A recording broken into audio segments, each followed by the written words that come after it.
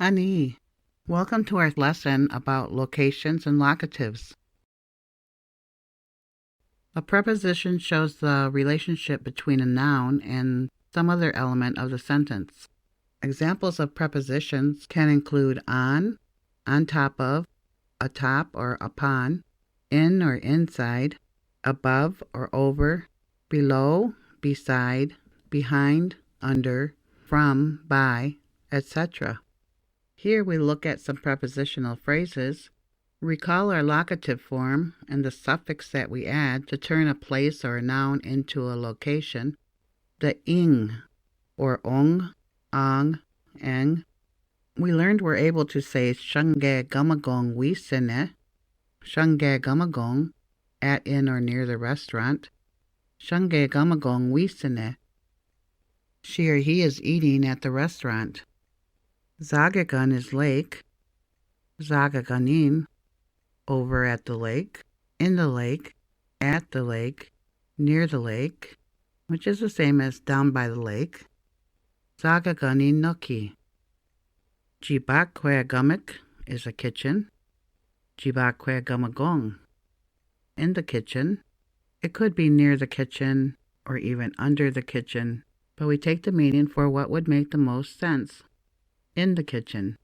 And if we needed to say under the kitchen, then we would have to specify that using other words. Jibakwe gumagong binchage. She or he is cleaning in the kitchen. Wigwam is a house. Wigwamin, in the house. Wigwamin naba. He or she is sleeping in the house. Shangge gumagong wisine. Zagaganin noki. Jibakwe gumagong binchage. Wigwamin naba. Here we look at some names of Michigan towns, and our word for town is Odin. Odin. Odinong is the locative form of town. In town, at the town, near the town. Several of the towns and counties in Michigan are named for Anishinaabe names. In fact, Odin is the name of a small town in northern Michigan. A few other examples include Muskegong, which is Muskegon, and is the place of the wetlands, the swamp or the marsh. Munising is Munising.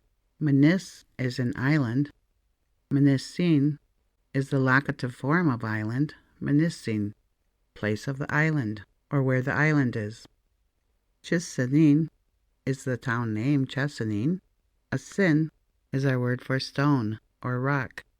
Chisin, would be a big stone or a large rock. And the ing at the end is the locative form, so we have chisening. Chisening, place of the big stone or the location of a large rock. We often named areas descriptive of what the area looked like or what made the area unique. Bidasage is the Anishinaabe word pataski. It means the place of the light shining, or some say sunset. And Bidasageng would be the locative form of Bidasage. While there are many places in Michigan that do not have Anishinaabe names, many of the places do have Anishinaabe names that Anishinaabek have used and called the places for centuries. Bawatine is one of those places. Bawatine is Sault Ste. Marie, also spoken as Baktine, and it means the gathering place. Bawatine. Ganojeakanin is the traditional name of the Bay Mills Indian community, and it means the place of the pike, or where the pike are plentiful. Ganojeakanin. Waweatanong is the traditional name for Detroit. It means the place of the curved shores, and some say it means where the waters circle around. Waweatanong. If you don't know or have an Anishinaabe name for the area that you're from, you could research and probably find out what it is. Gindasada Minwa. Let's read through again. Odin. Odinong. Muskegong. Munising. Chisening. Bidasage. Bawatine. Ganojeakanin. Waweatanong. Now that we know that names of towns and places can be turned into locatives by adding our locative suffixes, we're going to return way back to one of our beginning lessons where we learned self-introductions. And 4 of the statements we learned how to speak about ourselves involve locations. So now we can work at properly using the location where we're from, born, live at, and work. Gnoje kanin donjaba. Gnoje kanin donjaba. Wikwedo sin naginjendadis. Wikwedo sin naginjendadis. Gakin wajwanong nadida. Gakin wajwanong nadida. And if we can't find the Anishinaabe name or it doesn't have an Anishinaabe name, we simply add ing to turn the town name into a locative. Mount Pleasantine, Nadonja no Kitage. I work in Mount Pleasant. Mount Pleasantine, Nadonja no Kitage. Aha, okay. Let's speak through them again. Gnoje kani Nadonjaba. Wikwedosi naginjendadis. Gagen wajwanong nadida. Mount Pleasantine Nadonja no Kitage. Now we turn to the nouns that we've already learned that would be most appropriate to turn into locations. We start with taswin. Taswin is cupboard. We add a locative ending, taswinin, in the cupboard. In the cupboard makes the most sense, but it could be on the cupboard, behind the cupboard, beside the cupboard. Taswinin odamana kwezes. The girl is playing in the cupboard. Taswinin odamana kwezes. Kik is a pot or bucket. Kikong, in the pot or in the bucket. Kikong wisine ezaban. We could say the raccoon or a raccoon. A raccoon is eating in the bucket. Kikong wisine ezaban. Matig, tree. Matigong, in, on, or beside the tree. Matigong gyu se gajak. The cat is hunting in the tree. Matigong gyu se gajak. Ahaw gendasada minwa. Let's read through them again. Taswanin odamana kwezes. Kikong wisine ezaban. Matigong gyu se gajak. Before we move on to more examples, let's take a look at what we cannot do, at least not yet, with our locative nouns. I give some examples in English. The raccoon is in the bucket. We can say the raccoon is eating in the bucket, but we can't say the raccoon is in the bucket. We cannot say the man is on the boat, but we can say the man is cooking on the boat. We cannot say I am in bed, but we can say I am reading in bed.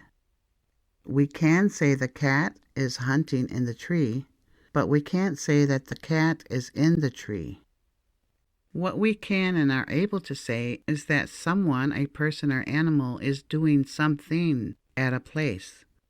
But we're not able yet to say a person or an animal is at a place. The is at is placing or locating where someone or even something is at. We cannot say your friend is in the house, but we can say your friend is cleaning in the house. There, he's doing something there. The kitten is in the shoe. We cannot say the kitten is in the shoe, but we can say the kitten is sleeping in the shoe. We cannot say you were in the store, but we can say you walked in the store. We cannot say that the book is in the cupboard or that the hat is on the table. Identifying where someone or something is at is locating or placing a noun, and that is not learned until future courses. For this course, we can talk about somebody doing something at a location. Let's move on to a few more examples of what we're able to do. Nabagan is bed. Nabaganin, most likely on the bed. Could be under the bed, beside the bed. Debikong nabaganin nagigendas. I was reading in bed last night. Debikong nabaganin nagigendas.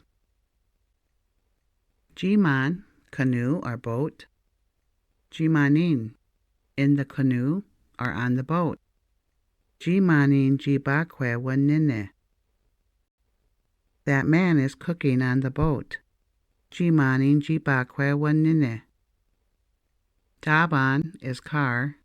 Dabanin. It's the locative form of car, in the car. Dabanin ginagamo tennis. Teresa was singing in the car. Dabanin ginagamo tennis. Gindasadamminwa. Let's read through again. Debikong nabaganin nagigendas. Jimanin jibakwe wanine. Dabanin ginagamo tennis. Dopwin, table. Dopwinin, on the table. Dopwinin gwiwisin. You will eat at the table. Dopwinin gwiwisin. Pubwin, chair. Pubwinin, on the chair. Pubwinin mudabin nimush. The dog is sitting on the chair. Pubwinin mudabin nimush. Most of our other nouns wouldn't commonly be locations, but all of the nouns could be turned into locations. We could say dewegan is drum and deweganin, on the drum. Mashiman is apple, mashimanin, on the apple. Majikawin is glove. We could say majikawinin, inside the glove, majikawinin. Or makizin, shoe or moccasin, makizanin, in the shoe, inside the moccasin. Makizanin naba wakajagas. That kitten is sleeping inside the shoe. Makizanin naba wakajagas. Ginda sadaminwa. Let's read through again. Dopwinin gwiwisin. Pubwinin madaben nemush. Makizanin naba wakajagas. Nahau, minogijagakek.